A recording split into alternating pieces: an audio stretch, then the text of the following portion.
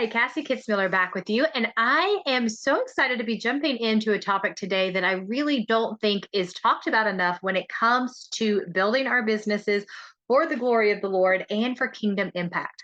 And that is our ability to access abundance, the abundant riches of the Lord, to equip us to do the work that we are called to do in our businesses.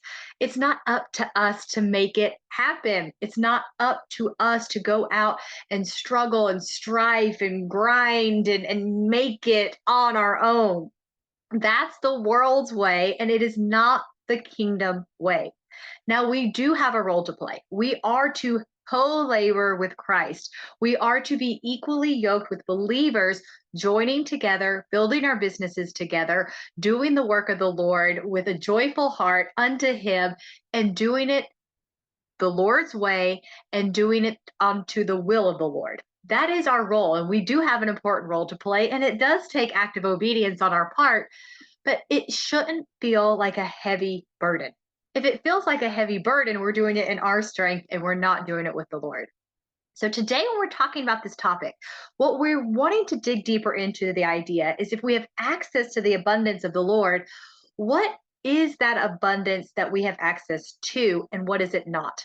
So, we talked about what biblical abundance was in an earlier episode. Go check it out. Make sure you give it a listen because it's important that we are operating on the same definition of abundance. So, biblical abundance, let me pull it up here so that I'm making sure I'm sharing the exact words. Biblical abundance is having the ability to access all that we need in order to accomplish the good work the Lord has prepared in advance for you to do. So that means that it is not necessarily having a stockpile of what we think we need right there when we think we need it, right? It's the ability to access what we need when we need it in order to accomplish the work the Lord has for us. I want you to think about that as if you are building a house. If you're going to build a house, you know at some point you're going to need a whole lot of shingles. All right, I told y'all you're going to see my kiddo in here, and so you're probably going to hear him in the background. But it's the idea that if I'm going to build a house and I know down the road I'm going to need roofing materials, I'm going to need shingles, I don't have to wait to build my house till the shingles are on site. If I feel like, oh, I have to wait till I have an abundance of shingles to get started on the foundation, and the shingles, I'm not budgeting for those till later. I haven't ordered those for later. They're not due to be, delivered for another 3 months. I won't be able to start taking action today if I'm waiting to have an abundance of what I need tomorrow.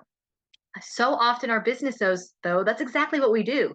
We think we need to have all the materials available. We need to have all the money in the bank. We need to have all the supplies we need. We need to have all the people on our team in order to start taking action today on what the Lord has for us. And that's not true. That's keeping us stuck. It's keeping us stalled. Abundance, biblical abundance, is having the ability to access what we need when we need it to do the good work and accomplish the work the Lord has for us. We don't have to have it all right here, right now, but we do need to trust that we have the ability to access it when it comes.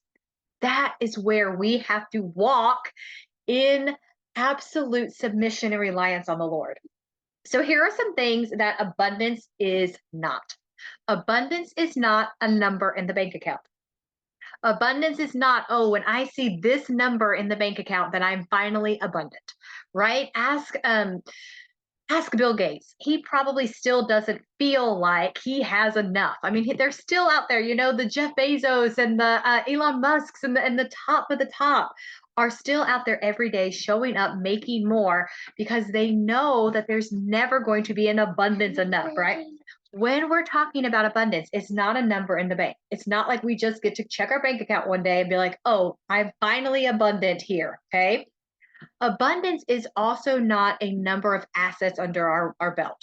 I think sometimes we get this idea that, oh, as long as I have enough cash flowing assets, and we listen to all these things, right, that the world tells us, oh, as long as you have this much coming in, and as long as you have more coming in than going out, and it's so much like has to happen in order for us to be abundant.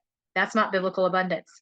Biblical abundance is not an excess. I shared another example. I may have 47 coffee mugs, and while I do have an abundance of coffee mugs, what I really have is an excess. And if we're not careful, abundance turns into excess very quickly. We start to feel like we have too much on our shoulders. We have too much to take care of. I have too many clothes. I have too many toys. I have too many, offers. I have too many things to take care of. Abundance that is not being used to do good work becomes excess. I want us to get that in our businesses, in our lives, in our families, in our relationships. Abundance that's not being used for God's good work and His goodwill becomes excess. And excess is heavy, excess is burdensome. Excess keeps us stagnant and stuck trying to take care of what we have instead of doing the good work that the Lord has for us. So if abundance is not a number in the bank, abundance is not excess, it's not having too much of things. Abundance isn't the profit numbers coming in from our business. Abundance isn't having more than enough all the time, just sitting there ready for us to operate in. How do we walk in abundance? How do we go from thinking abundance is having the plane and the jet and the car and the Ferrari and the great big house? Like that's what abundance is, right? Oh, I've got more money than I can spend. That's abundance. Oh, I've got more clothes than I can ever wear. That's abundance. How, if that's not what we're operating in abundance anymore, how do we walk in biblical abundance? It all comes down to our heart posture. It all comes down from the mindsets and the heart sets of being a people who are able to access and have the ability to accomplish those good works. So keep your eye out. We're going to be having some additional trainings on how to walk in abundance. And I have a special opportunity for you to join us in the Activate Abundance Challenge coming up. Go ahead, get registered. You can find the link in the comments. It's going to be a very special time of us diving deeper into how to actually activate that abundance in our lives.